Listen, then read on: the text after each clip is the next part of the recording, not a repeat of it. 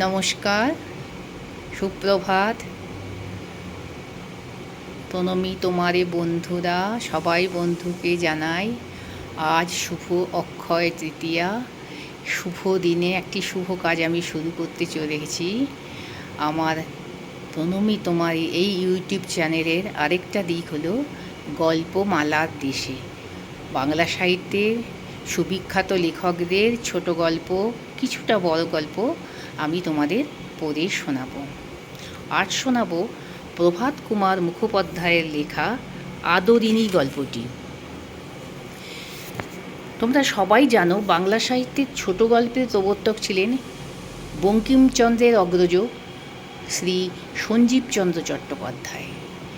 তারপরে এই শিশুটিকে অর্থাৎ ছোট গল্প নামক শিশুটিকে সাবালকত্বে পৌঁছে দিয়েছিলেন রবীন্দ্রনাথ ঠাকুর। রবীন্দ্রনাথ ঠাকুরের ছোট গল্পের তুলনা তো আর কারোর সঙ্গেই হয় না। সেই ছোট গল্প বাংলা সাহিত্যে লেখার কিন্তু আরও বহু প্রথিতযশা লেখক ছিলেন। তাদের মধ্যে একজন হচ্ছেন প্রভাত কুমার মুখোপাধ্যায়। আজকে তার একটা লেখা গল্প আমি তোমাদের পড়ছি। আমি দুটো ভাগে গল্পটা পড়ে শোনাবো, কারণ গল্পটা একটু হয়তো বড় হয়ে যাবে। আমি দেখছি কী করা যায়। তোমাদের যদি ভালো লাগে তাহলে আমি আরও পড়ে শোনাবো। আদরিণী। পাড়ার নগেন ডাক্তার ও জুনিয়র উকিল কুঞ্জবিহারী বাবু বিকালে পান চিবাইতে চিবাইতে হাতের ছড়ি দুলাইতে দুলাইতে জয়রাম মোক্তারের নিকট আসিয়া বলিলেন, মুখুজ্জেমশাই, পীরগঞ্জের বাবুদের বাড়ি থেকে আমরা নিমন্ত্রণ পেয়েছি। এই সোমবার মেজবাবুর মেয়ের বিয়ে। শুনছি নাকি ভারী ধুমধাম হবে। বেনারস থেকে বাই আসছে, কলকাতা থেকে খ্যামটা আসছে। আপনি নিমন্ত্রণ পেয়েছেন কি? মোক্তার মহাশয় তাহার বৈঠকখানার বারান্দার বেঞ্চিতে বসিয়া হুকা হাতে করিয়া তামাক খাইতেছিলেন। আগন্তুকগণের এই প্রশ্ন শুনিয়া হুকাটি নামাইয়া ধরিয়া একটু উত্তেজিত স্বরে বলেন, কীরকম? আমি নিমন্ত্রণ পাবো না কীরকম? জানো, আমি আজ 20 বছর ধরে তাদের প্রাইভেট এস্টেটের বাধা মোক্তার। আমাকে বাদ দিয়ে তারা তোমাদের নিমন্ত্রণ করবে? এটি কি সম্ভব মনে করো? জয়রাম মুখোপাধ্যায়কে ইহারা বেশ চিনিতেন, সকলেই চেনে। অতি অল্প কারণে তাহার তীব্র অভিমান উপস্থিত হয়, অথচ হৃদয়খানি স্নেহে বন্ধু বাৎসল্যে কুসুমের মতো কোমল।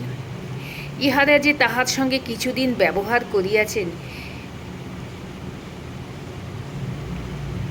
সেই জানি ইহারা যে তাহার সঙ্গে কিছুদিন ব্যবহার করিয়াছে সেই জানিয়াছে।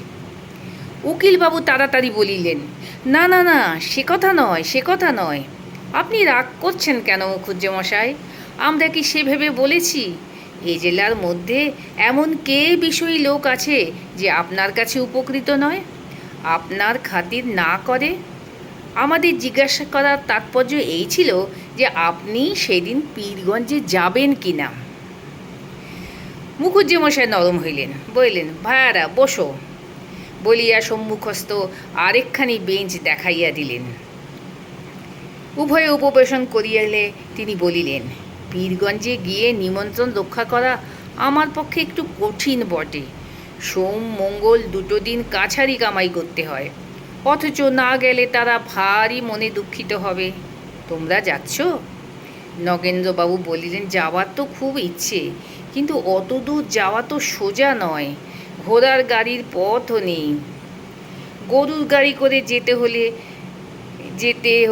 যেতে দুদিন, আসতে গরুর গাড়ি করে যেতে হলে যেতে দুদিন, আসতে দুদিন। পালকি করেও যাওয়া, সেও জোগাড় করা মুশকিল।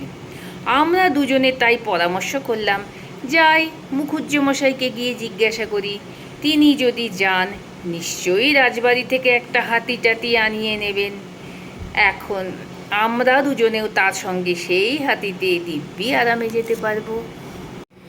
মোক্তার মহাশয় স্মিত মুখে বলিলেন, এই কথা? তার জন্যে আর ভাবনা কি ভাই?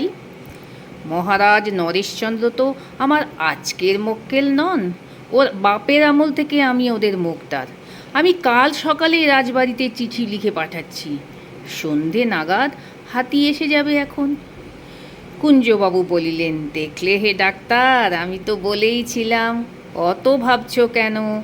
মুখুজ্জে মশাইয়ের কাছে গেলে একটা উপায় হয়েই যাবে। তা মুখুজ্জে মশাই, আপনাকে কিন্তু আমাদের সঙ্গে যেতে হবে, না গেলে ছাড়ছি নে। যাবো বই কি ভায়া, আমিও যাব, তবে আমার তো ভাই খেমটা শোনার বয়স নেই।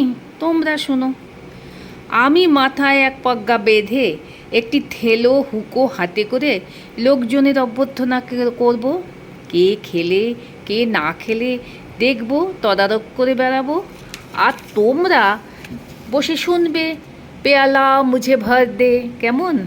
বলিয়া মুখোপাধ্যায় মহাশয় হা হা হা করিয়া হাসিতে লাগিলেন।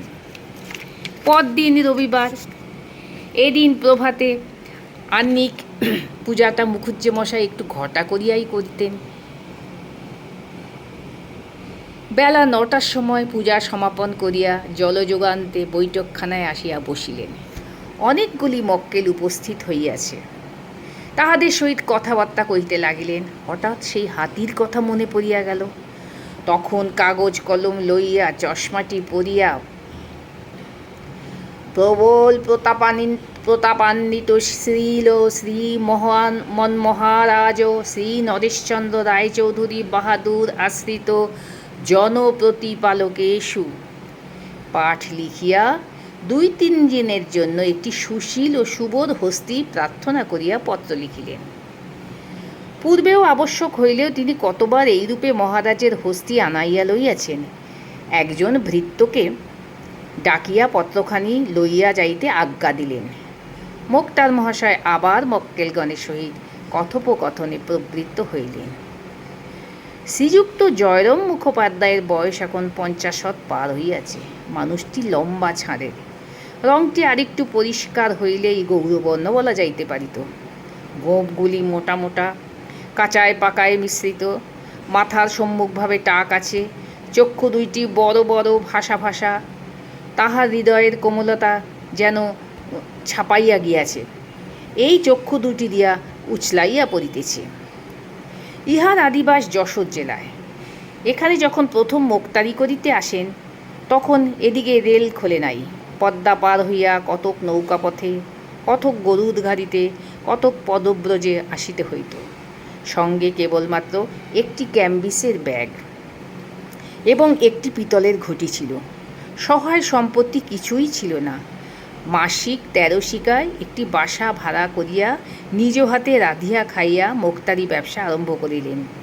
এখন সেই জয়রাম মুখোপাধ্যায় পাকা দালান কোঠা করিয়াছেন, বাগান করিয়াছেন, পুকুর কিনিয়াছেন, অনেকগুলি কোম্পানির কাগজও কিনিয়াছেন। যে সময়ের কথা বলিতেছি তখন এ জেলার ইংরেজিওয়ালা মোক্তারের আবির্ভাব হইয়াছে বটে, কিন্তু জয়রাম মুখুজ্জেকে তাহারা কেহই হটাইতে পারেন নাই। তখনও তিনি এ জেলার প্রধান মুক্তার বলিয়া গণ্য হইলেন। মুখোপাধ্যায় মহাশয়ের হৃদয়খানি অত্যন্ত কোমল ও স্নেহপ্রবণ হইলেও মেজাজটা কিছু রুক্ষ। যৌবনকালে ইনি রীতিমতো বদরাগী ছিলেন। এখন রক্ত অনেকটা ঠান্ডা হইয়া আসিয়াছে। সেকালের হাকিমেরা একটু অবিচার অত্যাচার করিলেই মুখুজ্জে মহাশয় রাগিয়া চেঁচাইয়া অনর্থপাত করিয়া তুলিতেন।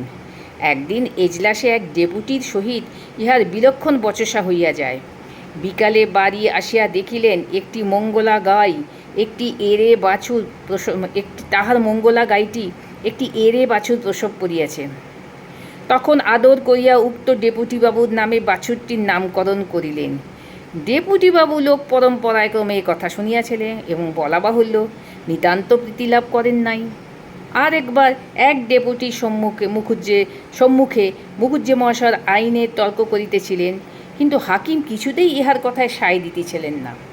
অবশেষে রাগের মাথায় জয়রাম বলিয়া বসিলেন, আমার স্ত্রীর যতটুকুনি আইন জ্ঞান আছে হুজুরের তো তাও নেই দেখছি। সেদিন আদালত অবমাননার জন্য মোক্তার মহাশয়ের 5 টাকা জরিমানা হইয়াছিল।